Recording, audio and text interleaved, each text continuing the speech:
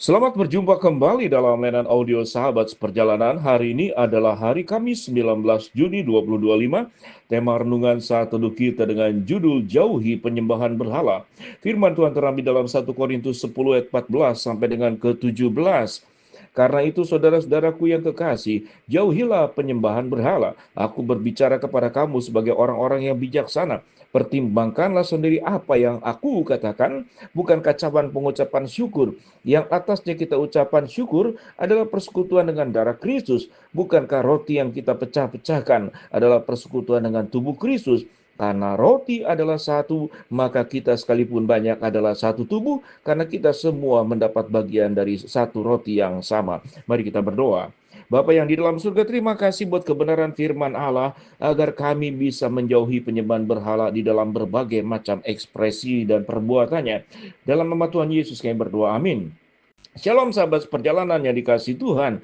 Ayat 14 dalam 1 Korintus 10 dikatakan, karena itu saudara-saudaraku yang kekasih, jauhilah penyembahan berhala. Setiap zaman penyembahan berhala bisa sangat berbeda-beda. Namun waktu kita melihat di bagian Alkitab, penyembahan berhala itu secara spesifik memang membangun patung sedemikian rupa, terbuat dari emas, terbuat dari berbagai macam logam yang dianggap berharga, lalu disembah. Dan itu penyembahan berhala itu bisa menciptakan berbagai macam keyakinan dewa-dewa, lalu keyakinan yang disebut dengan Tuhan, penguasa alam semesta. Bahkan di zaman berikut kemudian kita lihat dalam perkembangan berbagai macam budaya manusia, berhala itu ada orang yang menyembah matahari, ada orang yang menyembah laut, ada orang yang menyembah gunung, ada orang yang menyembah bulan, ada orang yang menyembah bintang, ada orang yang menyembah mungkin pohon yang sangat besar.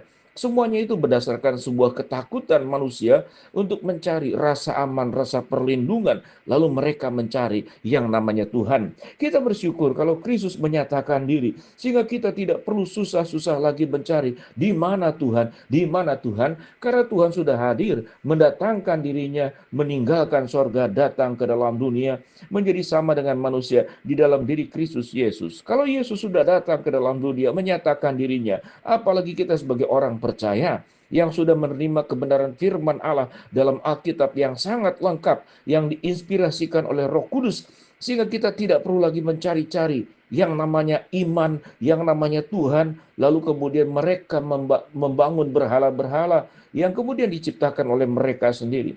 Pada titik ini sahabat seperjalanan, kalau sudah Kristus menyatakan diri secara jelas datang ke dalam dunia, akulah Tuhan, akulah juru selamat, maka siogianya kita tidak perlu mencari lagi, tinggal percaya dan mengaku Kristus adalah Tuhan satu-satunya.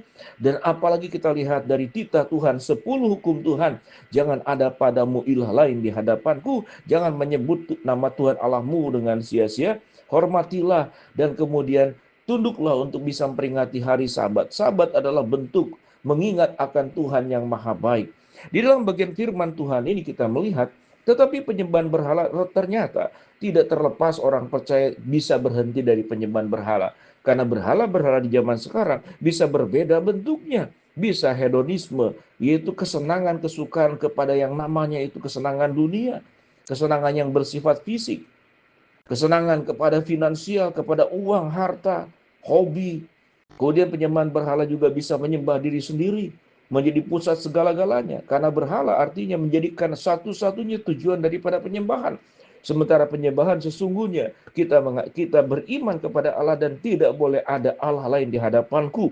Kita menyembah Allah Abraham, Ishak dan Yakub, di mana Yesus terlahir dari keturunan ini. Kalau kita melihat dalam Injil Matius seluruh urutan-urutan, kemudian sampai Kristus datang, itulah Tuhan yang sudah menyatakan diri. Firman Tuhan apa yang dikatakan di bagian ayat yang berikutnya? Aku berbicara kepadamu sebagai orang yang bijaksana. Pertimbangkanlah sendiri apa yang aku katakan. Bukan kacauan pengucapan syukur atasnya kita mengucap syukur adalah persekutuan dengan darah Kristus. Bukankah roti yang kita pecah-pecahkan adalah persekutuan dengan tubuh Kristus? Karena roti adalah satu, maka kita sekalipun banyak adalah satu tubuh. Karena kita semua mendapat bagian dalam tubuh yang satu. Di sini berbicara ada penjelasan kita adalah satu tubuh dan tidak boleh terpecah-pecah. Artinya penyembahan berhala bisa pandangan, lalu kemudian berkelompok, dan kelompok itu sebagai Tuhan buat kita. Kita berjuang mati-matian dan kelompok lain dianggap buruk, kelompok kita lebih baik. Baik secara pribadi kita merasa lebih baik, kita sedang menyembah diri sendiri. Waktu kita menganggap kelompok kita yang terbaik, kita sedang menyembah kelompok. Waktu kita kemudian meyakini sebuah keyakinan, sebuah lembaga, kemudian menggeser posisinya dari Tuhan, kita pun sedang menyembah berhala. Bahkan sewaktu kita mengagung-agungkan denominasi gereja kita, melebihi daripada kita mengagungkan Kristus, yang firman Tuhan berkata, kita memecahkan roti, kita meminum cawan dari cawan, maka kemudian kita sudah menggeser Tuhan, dan di atas segala sesuatunya kita menciptakan berhala-berhala baru di dalam diri kita. Suatu kita punya karakter pun, karakter bisa menjadi sebuah berhala, yaitu karakter ingin menang sendiri, keras kepala, menganggap diri yang paling benar, menganggap diri yang paling hebat, menganggap pendapat kita yang harus diikuti. Maka kita sedang membuat pemikiran kita, perasaan kita itu sebagai berhala. Pemikiran kata kita paling benar, perasaan kita yang harus paling diikuti, maka itu juga berhala. Sehingga berhala bentuknya bisa sangat ragam. Oleh sebab itu, sahabat perjalanan, jauhilah penyembahan berhala. Kita di rumah mungkin tidak ada patung. Kita mungkin di rumah tidak punya sesajen untuk menyembah berhala tertentu. Tetapi sewaktu kita memprioritaskan sesuatu di luar Tuhan, di luar kebenarannya, maka kita sedang menciptakan berhala sendiri. Ada orang mungkin yang menciptakan berhala karena dia suka sekali mengkoleksi barang-barang tertentu. Dia berjuang mati-matian. Ada yang mengkoleksi batu, ada yang mengkoleksi arloji, ada yang mengkoleksi tas, ada yang mengkoleksi mungkin sepatu. Maka itu sudah menjadi berhala. Bahkan ada yang suka dengan hobi, bahkan ibadah minggu pun sudah tidak lagi datang beribadah ke gereja. Kalau ditanya, kapan terakhir engkau ke gereja? Dia mengatakan, ya kurang lebih 5 tahun lalu. Maka selama 5 tahun itulah kita sudah menggeser Tuhan dan kita menciptakan berhala-berhala baru di dalam kehidupan kita. Sahabat seperjalanan, kalau cawan ucapan syukur di mana darah Kristus sudah tercurah kepada kita, kalau tubuh Yesus sudah terpecah untuk kita, apakah kita masih menciptakan berhala-berhala baru di dalam kehidupan kita? Maka firman Tuhan pada ayat yang ke-14, karena itu saudara-saudaraku yang kekasih, jauhilah penyembahan berhala. Penyembahan berhala bisa berbagai macam bentuknya. Mari kita temukan apa berhala dalam kehidupan kita.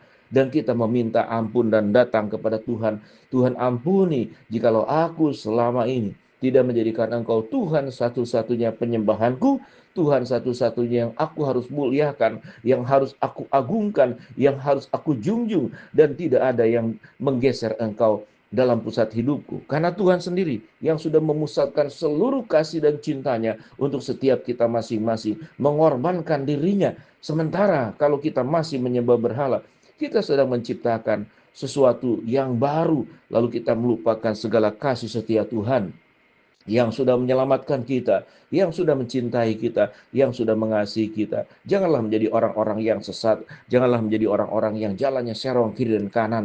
Berpusatlah, setialah kepada Tuhan. Karena Tuhan yang kita sembah adalah Tuhan yang setia, Tuhan yang mengasihi, Tuhan yang mencintai, Tuhan yang memberikan yang terbaik dan tersempurna untuk kita semua. Jangan jauhi Tuhan, tetapi yang harus kita jauhi adalah penyembahan berhala. Mari kita berdoa. Bapa dalam surga, terima kasih buat kebenaran firman Allah yang kami pelajari. Hamba-Mu berdoa sahabat seperjalanan yang sakit, Tuhan jamah sembuhkan. Sahabat seperjalanan yang sedang menghadapi masalah, Tuhan bukakan jalan. Sahabat seperjalanan yang sedang berdoa, mengharapkan sesuatu, Tuhan kabulkan dengan waktu dan cara Tuhan yang terbaik. Di dalam nama Tuhan Yesus kami berdoa. Amin.